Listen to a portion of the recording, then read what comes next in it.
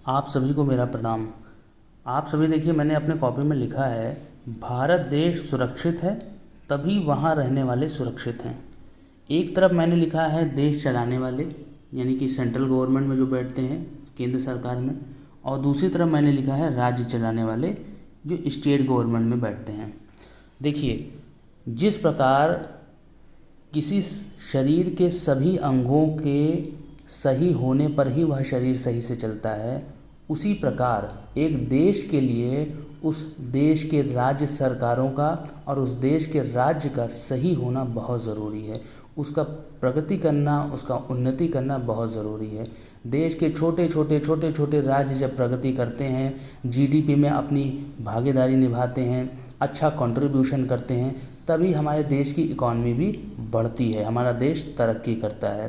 जब हमारा देश भ्रष्टाचार, बुराइयों, चोरी चकारी, गबन आदि चीज़ों में फंसा रहता है, तो हमारा शरीर रूपी देश जो है वो ठीक तरीके से काम नहीं कर पाता है। इसलिए ज़रूरी है कि देश की जो छोटी छोटी यूनिट्स हैं, जो स्टेट हैं, वो ईमानदारी से काम करें, मेहनत से काम करें, बेईमानी बिल्कुल ना करें, अपने देश को आगे बढ़ाने का हर संभव प्रयास करें। हम देखते हैं कि हमारे सामने बहुत सारी समस्याएं उजागर होकर के आती हैं, जिसमें से एक है भ्रष्टाचार। भ्रष्टाचार का मतलब क्या हुआ? एक भ्रष्ट आचरण। देखिए, देश को चलाने के लिए जिस तरीके से एक पिता, लड़की का पिता खास करके, शादी के माहौल में अपने हाथ के नीचे पर्स को दबाए इधर उधर घूमता रहता है, हमेशा चिंतित रहता है, इस बात का ख्याल रखने की पूरी कोशिश करता है कि शादी में आए सभी लोगों को कोई कष्ट ना हो, सारी सुविधाएं सही से चल रही हैं कि नहीं चल रही हैं, कहीं कोई कमी तो नहीं है। वह इस बात की हमेशा पुष्टि करता रहता है। क्यों? क्योंकि उसे पता है कि मेरी लड़की की शादी मेरी लिए सबसे बड़ी आप ये समझिए कि उसकी नाक का सवाल होता है, उसकी इज़्ज़त का सवाल होता है।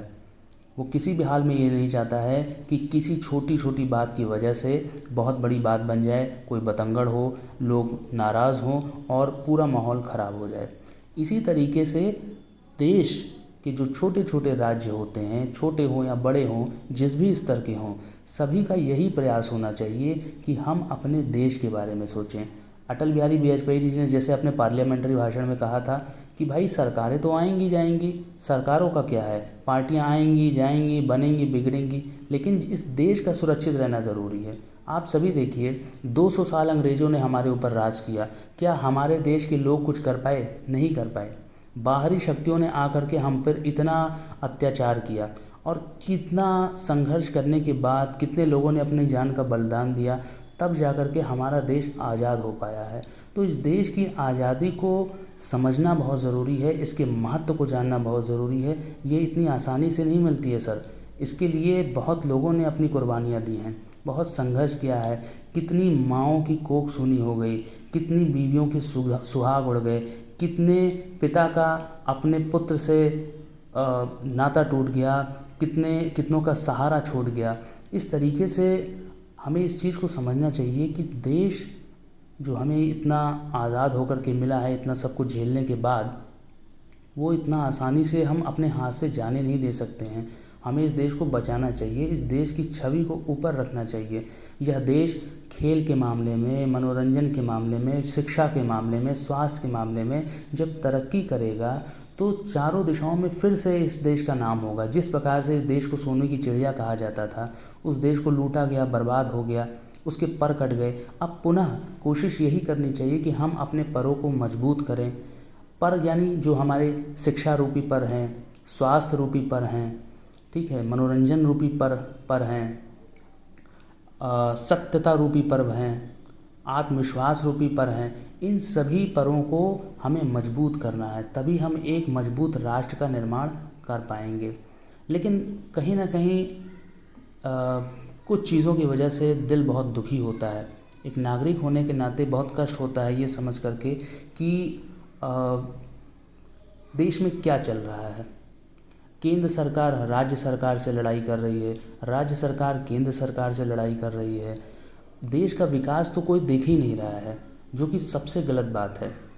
देखिए, हम हमेशा ये कहते हैं कि भाई टैक्स पेयर के पैसे से देश चल रहा है। हमको ये समझना चाहिए कि छोटा से छोटा इंसान जो आपके घर में काम करने वाले आते हैं, जो रिक्शे वाले हैं, जो छोटे छोटे व्यापार कर रहे हैं, कोई भी हो, चाहे वो छोटा हो बड़ा हो, हर आदमी इस देश रूपी घड़े में अपना योगदान देता है। हर आदमी टैक्स देता है।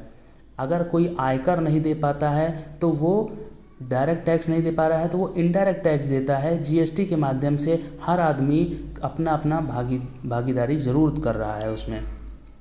तो हम किसी के भी सपोर्ट को कम नहीं आंक सकते हैं। सबके सपोर्ट से ही ये देश रूपी गाड़ी आगे बढ़ती है। इसलिए देश की सभी राज्य सरकार हो या केंद्र सरकार हो, उनको इस बात को समझना चाहिए कि भाई यहाँ के लोगों ने आपको वोट दे करके उस लेवल तक पहुँचाया है। आप पार्लियामेंट में बैठ रहे हो, आप विधानसभा में बैठ रहे हो, इस बात को समझो कि क्या ज़रूरी है देश के लिए। देश के लिए एक पॉजिटिव मैसेज जाना ज़रूरी होता है। जब मीडिया के माध्यम से हम सरकारों को लड़ते हुए देखते हैं, सरकारों को आपस में आरोप प्रत्यारोप लगाते देखते हैं, तो हमें बड़े ही दुख पहुंचता है।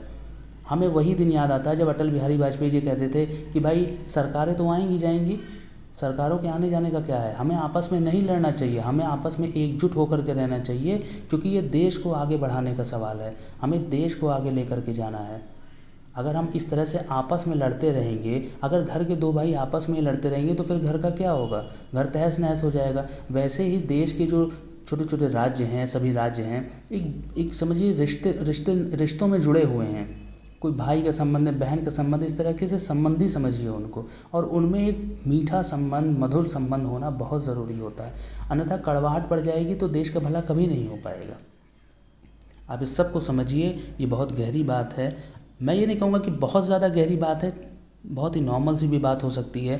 आप परिवार के माध्यम से इसको समझ सकते हैं, आप एक स्कूल का एग्जाम्पल लेकर के इसको समझ सकते हैं, एक शरीर का एग्जाम्पल लेकर के मैंने आपको समझाया कि किस तरीके से अंग रूपी राज्यों को अपने शरीर रूपी देश के बारे में सोचना चाहिए। होता क्या है कि भाई केंद्र सरकार राज्य सरकार को पैसा देती है, राज्य सरकार केंद्र सरकार के पास जाती है कि भाई हमको अपने यहाँ ये विकास करना है, ठीक है ना, और हमको इन क्षेत्रों के विकास के लिए इतना इतना पैसा चाहिए। केंद्र सरकार उनकी हो सकता है बात सुनती हो, उनको पैसा देती हो। लेकिन हमारे यहाँ सबसे बड़ी समस्या ये हो जाती है कि पैसे का दुरुपयोग बहुत होता है। ज़्यादातर पैसे का इस्तेमाल जो होता है वो चुनाव में वोट खरीदने के लिए होता है, चुनाव में के प्रचार प्रसार में खर्चा होता है।